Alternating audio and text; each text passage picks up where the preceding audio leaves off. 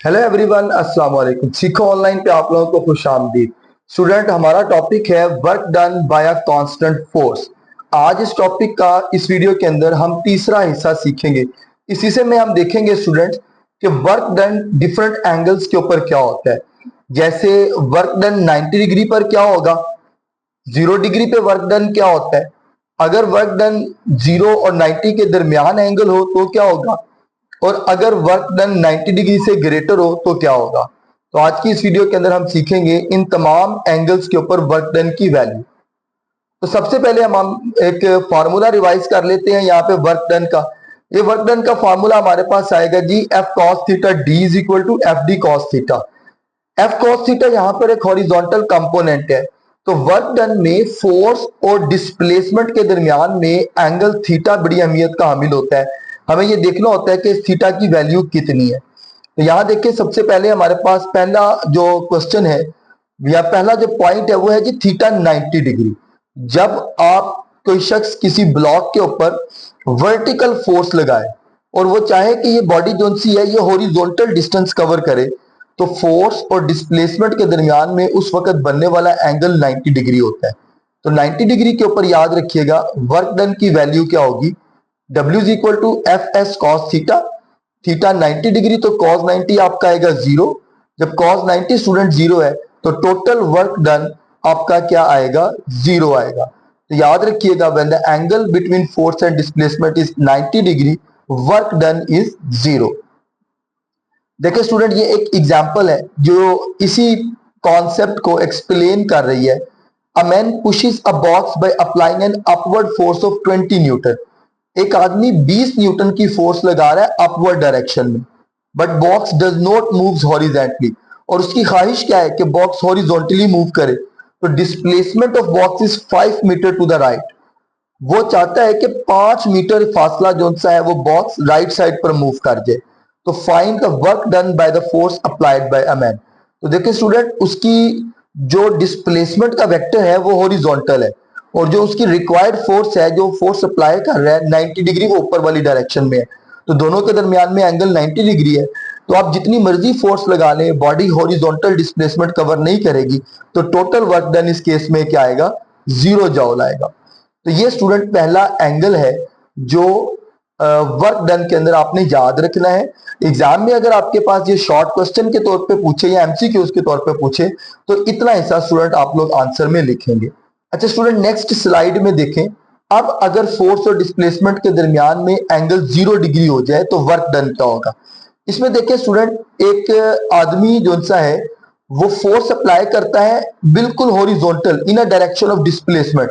यानी जैसे आप किसी चीज को जमीन पे ड्रैग कर रहे हैं, किसी चीज को धक्का दे रहे हैं जमीन के ऊपर, तो उस सूरत में जो फोर्स और डिस्प्लेसमेंट है उन दोनों के दरमियान में जो एंगल बनेगा स्टूडेंट वो 0 डिग्री बनेगा।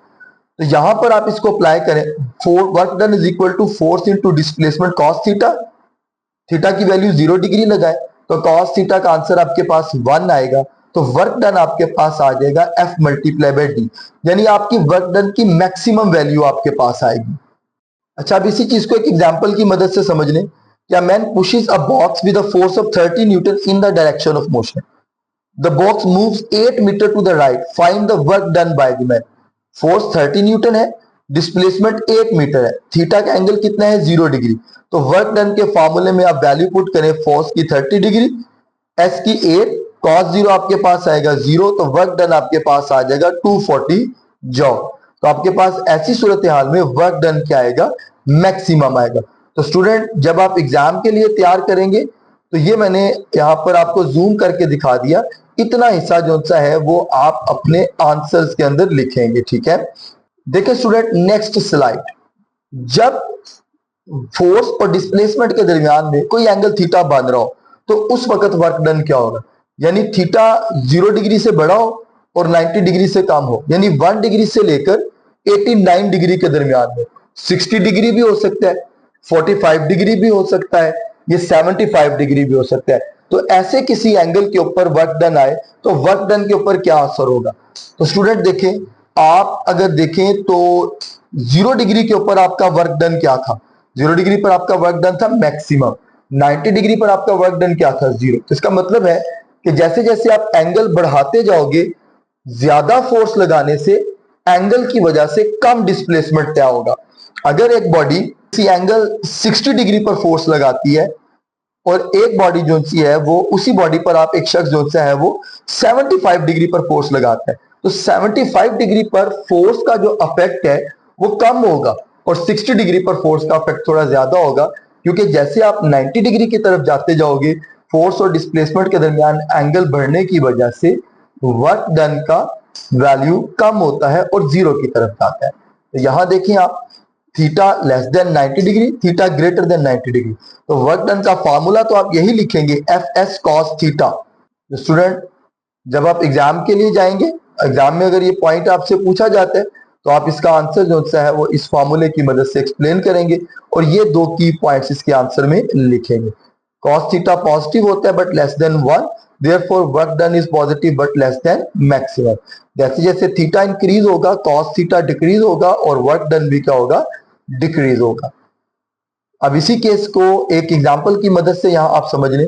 अ man pulls a box with a force of 40 newton making an angle of 30 degree with horizontal. The box moves 10 meter to the right, find the work done by force. Force कितनी है 40 Newton, तय करदा फासला कितना है 10 metre, theta कितना है 30 degree. तो 30 डिग्री की वैल्यू होती है √3/2, फोर्स की वैल्यू 40, डिस्टेंस की वैल्यू 10, आंसर 400 आएगा। तो टोटल आंसर आपके पास आएगा 346.4 जॉल। तो आपका एंगल कम होने से, एंगल इंक्रीज होने से आपका थीटा डिक्रीज होगा।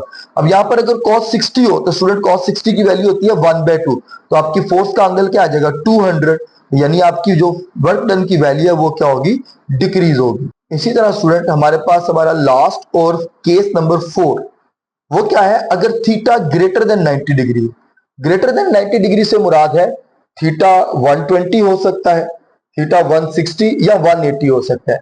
ऐसी सूरत में स्टूडेंट्स आपका वर्क डन नेगेटिव होगा। कैसे, इसकी एक एग्जांपल स्टूडेंट आपके सामने यहाँ इमेज में आपको नजर आ रही है। इस पुल्ली को देखें, जब ये शख्स फोर्स अप्लाई करेगा तो इसकी फोर्स का जो फैक्टर है वो ऊपर की तरफ है, इस वजन की वजह से ये बॉडी डिस्प्लेसमेंट नीचे तय करेगी। लेकिन इस शख्स के जो दोनों हाथ हैं उन पर जो फोर्स लग रही होगी वो कहाँ लग रही होगी, अपवर्ड। इसी चीज को आप इस तरह भी एक्सप्लेन कर सकते हैं कि अगर ये शख्स इस वजन को उठाना चाहे तो फोर्स उठाने के लिए वो कहां पर डाउनवर्ड फोर्स लगाएगा और बॉडी डिस्प्लेसमेंट कहां कवर करेगी, अपवर्ड। तो दोनों के दरमियान में एंगल क्या बनेगा 90 डिग्री। तो ऐसी सूरत में आपका थीटा क्या आएगा, नेगेटिव आएगा। यहां देखें स्टूडेंट, आपका cos 180 जो सा है वो नेगेटिव होता है, therefore work done by the force is negative. अच्छा स्टूडेंट, ये स्लाइड जो सी है इसमें जनरली तौर पर कुछ एग्जांपल्स हैं जो तीनों एंगल्स की प्रैक्टिकल लाइफ एग्जांपल्स को एक्सप्लेन कर रही हैं। पॉजिटिव वर्क डन आप कहां पर करते हैं, जब थीटा लेस देन 90 डिग्री हो। आप शॉपिंग मॉल में कार्ट खींच रहे हैं, बैट बॉल, एक बेसबॉल बैट्समैन बैट को हिट करता है और कोई भी ऑब्जेक्ट जो under the action of gravity fall कर रहा है, उन तमाम के अंदर जो आपका वर्क डन होगा वो पॉजिटिव होगा। वर्क डन जीरो कब होता है, सैटेलाइट्स जो होते हैं वो एक ऐसी कंडीशन के ऊपर जमीन से बाहर भेजे जाते हैं कि वो परपेंडिकुलर डिस्टेंस के ऊपर काम कर रहे होते हैं, यानी उन पर लगने वाली जो फोर्स है वो और उनका तय करदा फासला डिस्प्लेसमेंट 90 डिग्री होते हैं। तो आपका normal force on a block sliding on flat surface और centripetal force on object in uniform circular motion, ये एग्जांपल होगी जीरो वर्क डन की। नेगेटिव वर्क डन की एक और एग्जांपल है और वो एग्जांपल है फ्रिक्शनल फोर्स। जब आप कार को रोटेट करवाते हैं तो उस वक्त कार के टायर्स को जो फ्रिक्शनल फोर्स मिल रही होती है वो और कार का डिस्प्लेसमेंट एक दूसरे के नेगेटिव होते हैं, उस वक्त इन दोनों के दरमियान में एंगल 180 डिग्री होता है। तो स्टूडेंट कार की स्लाइडिंग के वक्त फ्रिक्शन और फोर्स का एंगल भी 90 डिग्री से ग्रेटर होगा और उस वर्क डन को आप क्या बोलोगे, नेगेटिव वर्क डन बोलोगे। तो ये स्टूडेंट कुछ प्रैक्टिकल लाइफ एग्जांपल्स ही जो इन तमाम एंगल्स को एक्सप्लेन कर रही हैं। तो स्टूडेंट आज के इस छोटे से कॉन्सेप्ट को हम यहाँ पर कंप्लीट करते हैं। आपने चैनल को सब्सक्राइब करना है, बेल आइकन के बटन को क्लिक करना है ताकि नेक्स्ट आने वाले कॉन्सेप्ट वीडियोस आपको मिल सके। आज के इस लेक्चर से सिर्फ इतना ही। अल्लाह हाफिज।